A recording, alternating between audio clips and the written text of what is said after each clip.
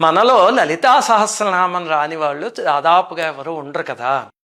కానీ మీరు ఒక విషయం గమనిస్తే కనుక లలితా సహస్రనామం చేస్తూ చేస్తూ రోజు చేస్తున్నారు అనుకోండి, అది అలవాటైపోయి కొన్నాళ్ళకి దానిపైన శ్రద్ధ తగ్గిపోతుంది. యాంత్రికంగా చేసేస్తూ ఉంటాం. అది ఎంత శక్తివంతమైనదో తెలిస్తే కనుక మళ్ళీ ఒక్కసారి ఆ శ్రద్ధ పెరుగుతుంది కదా. అందుకని మీకు ఈ వీడియోలో ముఖ్యమైనవి 2 విషయాలు చెప్తా. మొట్టమొదటిది ఏమిటంటే లలితా సహస్రనామం ఏ సమయంలో చదివితే అద్భుతమైన ప్రయోజనము. రెండవది ఏమిటంటే ఏ రకమైన ప్రయోజనం వస్తుంది శ్రద్ధగా చేసి సిద్ధింపజేసుకోగలిగితే. ఆ 2 చెప్తా. బ్రహ్మాండ పురాణంలో హయగ్రీవ స్వామి అగస్త్యుల వారికి చెప్పారు.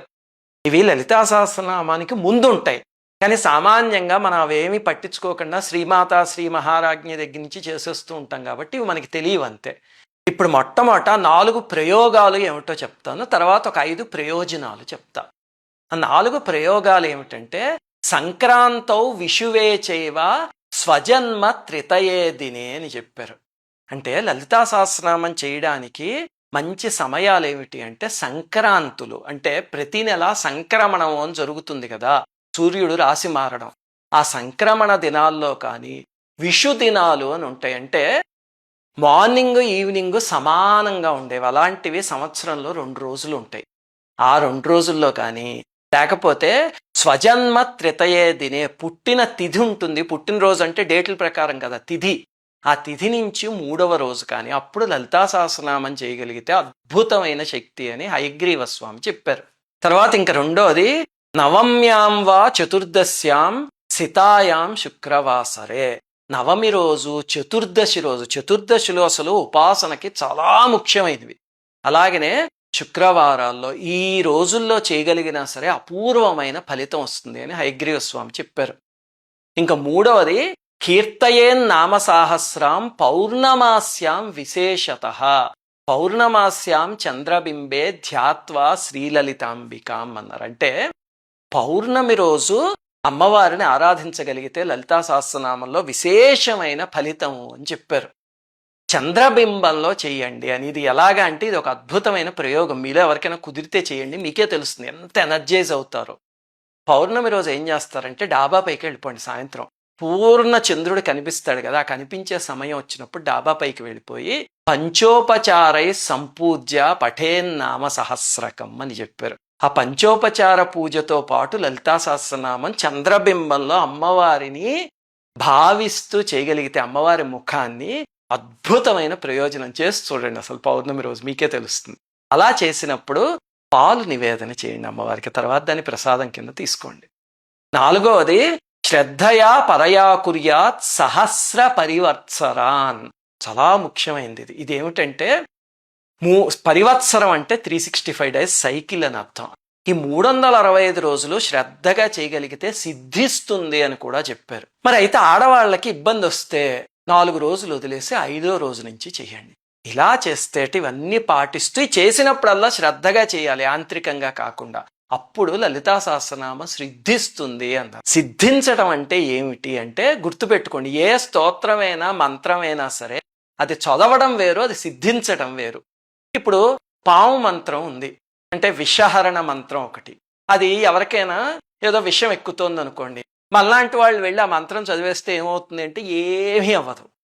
ఆ మంత్రాన్ని సిద్ధింపజేసుకున్న వాళ్ళు ఉంటారు, పాముల నర్సయ్య గారు అలాంటి వాళ్ళు వెళ్ళి చదివితే వెంటనే విషహరణ శక్తి వల్ల వాళ్ళు స్వస్థులవుతారు. ఎలా జరుగుతోందండి? అదే మంత్రం అంటే అదే లైన్ని మనం చదివితే మామూలు టెక్స్ట్ అది, అదే జపం చేసి సిద్ధింపజేసుకోగలిగితే అప్పుడు పనిచేయడం మొదలవుతుంది. లలితా సహస్రనామం కూడా ఇలాగా పరివత్సరాన్ని అన్నారు. అలాగ 1 సంవత్సరం పాటు శ్రద్ధగా చేయగలిగితే సిద్ధిస్తుంది అని చెప్పారు.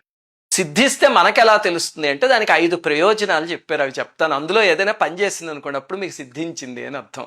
మొట్టమొదటిది ఏం చెప్పారంటే జరార్థం శిరసి స్పృష్ట్య పఠేన్ నామ సహస్రకం తత్క్షణాత్ ప్రశమం యాతి శిరస్తోదో జ్వరోపిచ అని చెప్పారంటే ఎవరికైనా తీవ్రంగా జ్వరం ఉందనుకోండి, కొన్నిసార్లు జ్వరంలో డెలీరియం లాంటివి వచ్చేసి పిచ్చి పిచ్చి మాటలు మాట్లాడుతూ ఉంటారు. మనకే భయం వేసేస్తుంది, ఎందుకంటే విపరీతమైన జ్వరం వస్తే ఒళ్ళు తెలియదు ఎవరికైనా. 104లో అలాంటివి ఏ హాస్పిటల్కో వెళ్తాం, కంట్రోల్ కాకపోయి వాళ్ళు అదే స్థితిలో ఉంటే కనుక ఈ సిద్ధించిన వాళ్ళు వాళ్ళ తల మీద చెయ్యి పెట్టి చదవగలిగితే అప్పుడు ఆ దేవతాశక్తి కానీ వీళ్ళకి సిద్ధిస్తే ఒక్కటే ఒక్క రుజువు ఏమిటంటే వెంటనే వాళ్ళ స్థితి నుంచి బయటకు వచ్చేస్తారు. ఈ టెస్ట్ చేసి చూసుకోండి, మీకే తెలుస్తుంది. దాన్నే హస్తమస్తక సంయోగము అంటారు.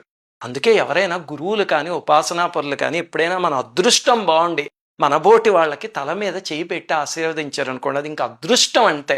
ఇంకా రెండవ ప్రయోజనం ఏమిటంటే సర్వవ్యాధి నివృత్త్యర్థం స్పృష్ట్వా భస్మ పఠేదిన తదస్య ధారణాదేవ నశ్యంతి వ్యాధయక్షణాత్.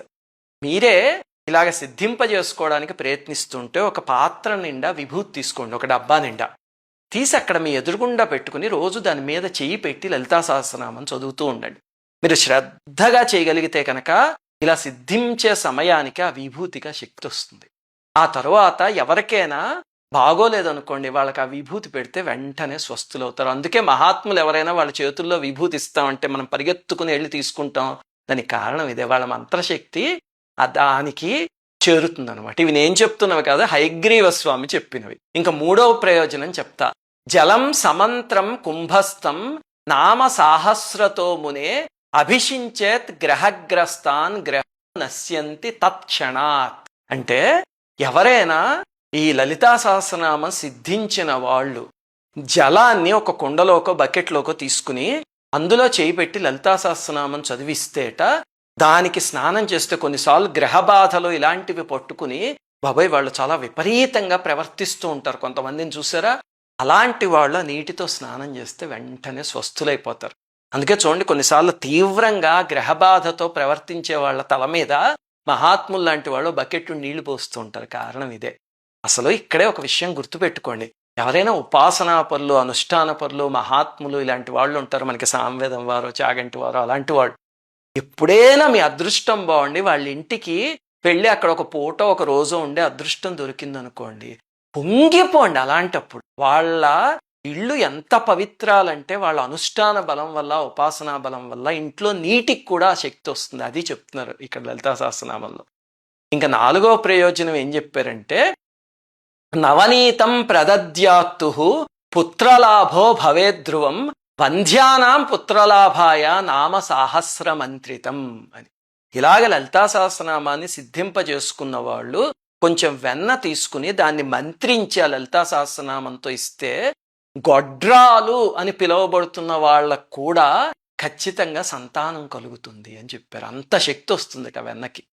ఇంకా ఐదవది యోవాభిచారం కురుతే నామ సాహస్ర పాఠకే నిర్వచ్య తత్క్రియాం హన్యా తం వై ప్రత్యంగిరాస్వయం అని చెప్పారు. అంటే లలితా సహస్రనామం కానీ రోజు చేస్తూ ఉంటే మీకు శత్రువులు ఉంటారు కదా, ఒకటి గుర్తుపెట్టుకోండి, మనం ఎవరినైనా శత్రువుల్లా భావించకపోయినా సరే మనకి శత్రువులు ఏర్పడిపోతారు. ఏ రంగంలో అయినా అంతే. ఇప్పుడు మీరు పైకి వస్తున్నారు అనుకోండి, జీవితంలో 10 మంది మిమ్మల్ని చూసి నమస్కారం చేస్తున్నారు అనుకోండి, వెంటనే మీ బంధువుల్లో ఎవరికో కన్ను కుడుతుంది. ఏం చేస్తారు, మీరు పైకి ఎక్కుతూ ఉంటే నిచ్చిన కాలు పుచ్చుకుని కిందకి లాగుదామని చూస్తారు. కుదరలేదనుకోండి ఓ బకెట్టుడు బురద మీద జల్లుదామని చూస్తారు. అది కుదరలేదనుకోండి ఇంకేమైనా దుర్మార్గపు పనులు మీ మీద చేద్దామని చూస్తారు. ఇలాంటిది ఏది జరిగినా ఎప్పుడూ పట్టించుకోకండి. అలాంటి వాటిలన్నిటికీ సమాధానాలు చెప్పడాలో, వాళ్ళకి కౌంటర్లు వేయడాలో ఏమీ చేయకండి. అమ్మవారికి వదిలేయండి. ఈ శ్లోకంలో ఏం చెప్తున్నారో తెలుసా, ఉపాసకుడు కానీ తీవ్రంగా అమ్మవారిని ఉపాసన చేసేవాడుండి వాడిపైన ఎవరైనా ఇలాంటి పనులు చేస్తే అమ్మవారు ఏం చేయరట, ప్రత్యంగిరా శక్తిని పంపిస్తారట. హన్యా తంవై ప్రత్యంగిరా స్వయం అన్నారు. చూడండి, ప్రత్యంగిరా అమ్మవారు వెళ్ళి తాట తీసి పారేస్తారు. మీకు ఆఖరిలో చెప్పదలుచుకుంది ఏమిటంటే లలితా సహస్రనామం చేసి 20 నిమిషాలైనా శ్రద్ధగా చేయండి. లలితా సహస్రనామం కన్నా మహామంత్రం ఇంకెక్కడా లేదు. అయితే ఉపదేశం లేకుండా చేయొచ్చండి. ఇదొకటి భయపెడుతూ ఉంటారు మళ్ళీ యూట్యూబ్లోనే. మీకు అలా ఉపదేశం కావాలనుకుంటే చాగంటి వారో, సామవేదం వారో ఇలాంటి వాళ్ళు చదివిన ఆడియోలు ఉన్నాయా, శుభ్రంగా ఒకరోజు స్నానం చేసి అగరబత్తి దీపం వెలిగించి పెట్టుకుని ఆ ఆడియో ప్లే చేస్తూ మీరు ఫాలో అవ్వండి. అంతే, మీకు ఉపదేశం అయిపోయినట్టే. పక్క రోజు పొద్దు నుంచి మీరు చేసుకోండి. శ్రీమాత్రే నమః.